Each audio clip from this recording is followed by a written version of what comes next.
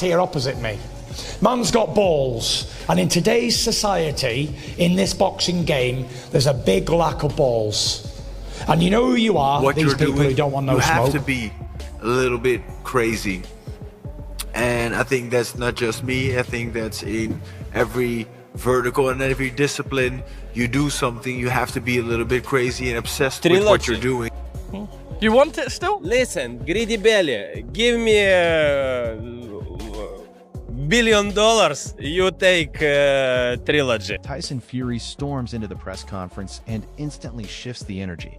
What starts as a normal face-off quickly turns into a tense, chaotic moment as Fury mixes intimidation with sarcasm. I'm a HMS destroyer. So when you got two heavy forces colliding with massive bombs, and guess what? Someone's getting knocked out. That's all I'm saying, you know. If he lands a punch on me, a big swing, I'm getting knocked out. If I land a big swing on it... Tyson Fury that wants to run it back with Usyk. He thinks in his mind he won those first two fights. You know, I don't, but they were close fights. And, you know, every fighter wants to try and avenge a defeat. I don't think anyone's really interested in that fight. And you know, obviously the fight that I want, and I think the... He openly mocks Oleksandr Usyk, suggesting he's avoiding a real challenge and choosing easier fights instead. His tone may sound playful, but the disrespect is clear. He's trying to paint Usyk as hesitant in front of everyone. Fury even throws in the claim that Rico Verhoeven could knock Usyk out. Blah, blah, blah, blah, blah. It's as a normal Tyson Fury, every time a lot of speak, hey, you bodybuilder, you sausage, you blah blah blah, you blah blah blah blah blah blah blah blah blah blah blah blah blah. Yeah, but we joke, say, I ready fight trilogy with Usyk. We yeah, you know. Yeah, listen, you last time say Usyk will be say, if you want trilogy with me, you must say, please, please. Hey, greedy, please. Adding even more pressure to the situation. Usyk, however, doesn't take the bait. He calmly brushes off Fury's trash talk, calling it repetitive and predictable. Mocking Fury's usual insults, he makes it clear he has no interest in verbal games. For Usyk, it's simple. Less talking, more fighting. His composed reaction shows confidence and zero respect for the mind games being thrown his way. Fury then doubles down, making it clear that a fight between them is inevitable. His tone turns serious as he promises a brutal war inside the ring. He insists he's not running from anyone and warns that when they finally meet, someone is getting knocked out. It's classic Fury. We're going to have a fight and that's it. Going to be a good fight too, because he don't shy away and I'm running nowhere. Loud, confident, and designed to dominate mentally before the fight even happens. Meanwhile, Rico Verhoeven brings a completely different energy. He shows respect, but also builds intrigue around a potential crossover clash. Comparing Usyk to himself in terms of dominance, he frames the matchup as a rare collision between two elite combat worlds. Oleksandr Usyk is the Rico Verhoeven in boxing. Yeah. So like he's been dominating for so long and in such phenomenal fashion. So I was like, wow, if we could do this, that would be like... It's less about trash talk and more about curiosity. What happens when two champions from different disciplines collide? Fury continues to push his narrative, positioning himself as the center of the heavyweight division. According to him, everyone is chasing him. For money, for fame, and for legacy. His confidence isn't just about fighting. It's psychological pressure aimed at controlling the entire division. Lennox Lewis offers a more balanced perspective. And I'm going to prove it again and again and again. And it won't be nothing to me because it's what... He breaks it down calmly, saying the fight will come down to timing, mindset, and ring IQ, not just size or hype. While he acknowledges Fury's motivation, he also respects Usyk's unbeaten momentum. In his view, the winner will be the fighter who stays sharper under pressure. Back on the crossover angle, Rico Verhoeven explains how his style has evolved. He emphasizes cleaner, more calculated punching and believes his hands have become a serious weapon. While his roots are in kickboxing, he now feels more dangerous than ever when landing clean shots. I think, you know, I always love a trilogy.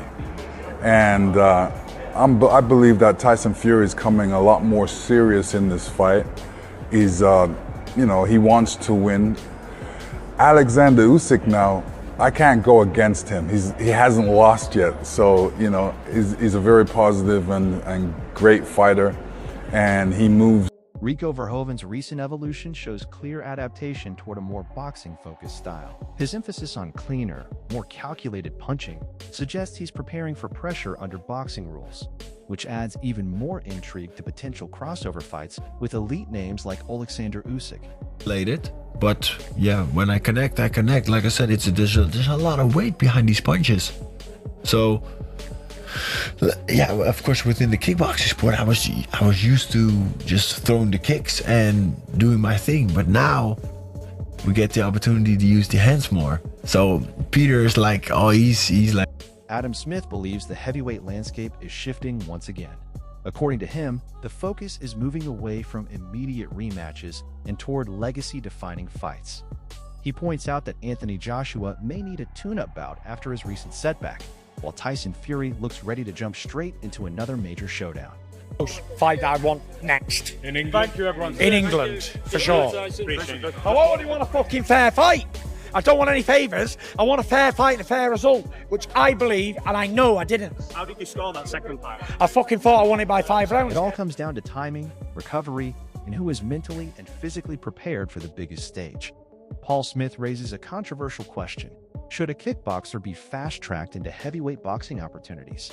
He argues that many fighters who have waited their turn could feel overlooked. For a long time and not really done much in boxing at all to warrant a shot at Oleksandr Usyk when there's a queue so big. And Indeed. You know what I mean? And that's the most important thing. The people who are sitting waiting for their shot in line are going to be fuming over this.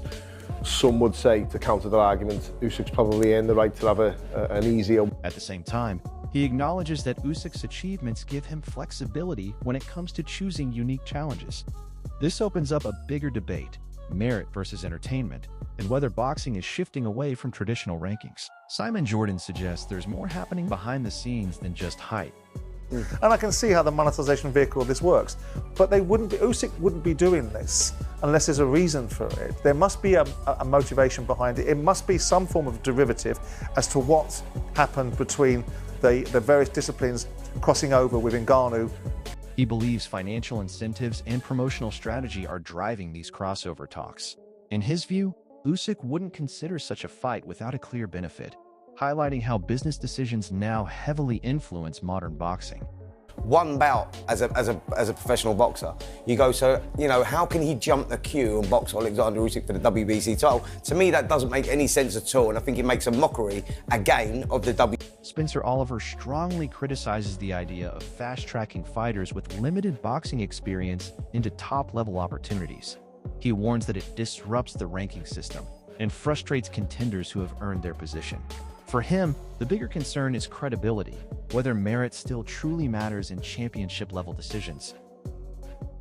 Rico wanted the fight, Usyk wanted it. They said both ultimate fighting men, aren't they? So fights like this are not going to be hard to make. Peter Fury takes a different stance, downplaying the difficulty of making such fights. He describes both Usyk and Verhoeven as elite competitors with strong mentalities, suggesting that when top fighters are willing, big matchups can happen regardless of background. His view reflects confidence that elite names will always find a way to meet. Aid Oladipo brings excitement into the discussion, highlighting Verhoeven's long reign and dominance in kickboxing. We'll take on one of the greatest kickboxers of all time. I'm actually quite a big kickboxing fan, so I know quite a lot about him. I've watched a few of his fights over the years. They used to call him the Prince of Kickboxing, and then he elevated to the King of Kickboxing. I mean, he's a very, very, very good kickboxer. He points out how rare it is to see someone with that level of striking pedigree step into boxing conversations with a unified champion like Usyk. For him, this isn't just hype. It's a genuine clash of styles. Oladipo emphasizes the unpredictability of such a matchup. Can kickboxing power, timing, and combat IQ translate effectively into boxing? Or will elite boxing precision expose the differences between the sports? This is the real kickboxing king, a heavyweight undisputed champion, that's reigned for 12 years plus, you know, at the top. So he's fought everybody. So now, you know, he's had every kind of challenge. You know, he's come through that, and with him being around me in boxing as well for so long, and knowing that Peter Fury also praises Verhoeven's experience, calling him a proven champion who has faced every kind of challenge. He believes a fight like this would go beyond hype. It would be a true test of discipline, adaptability, and mental strength at the highest level. Peter Fury also hints that fighters don't dominate for over a decade by accident.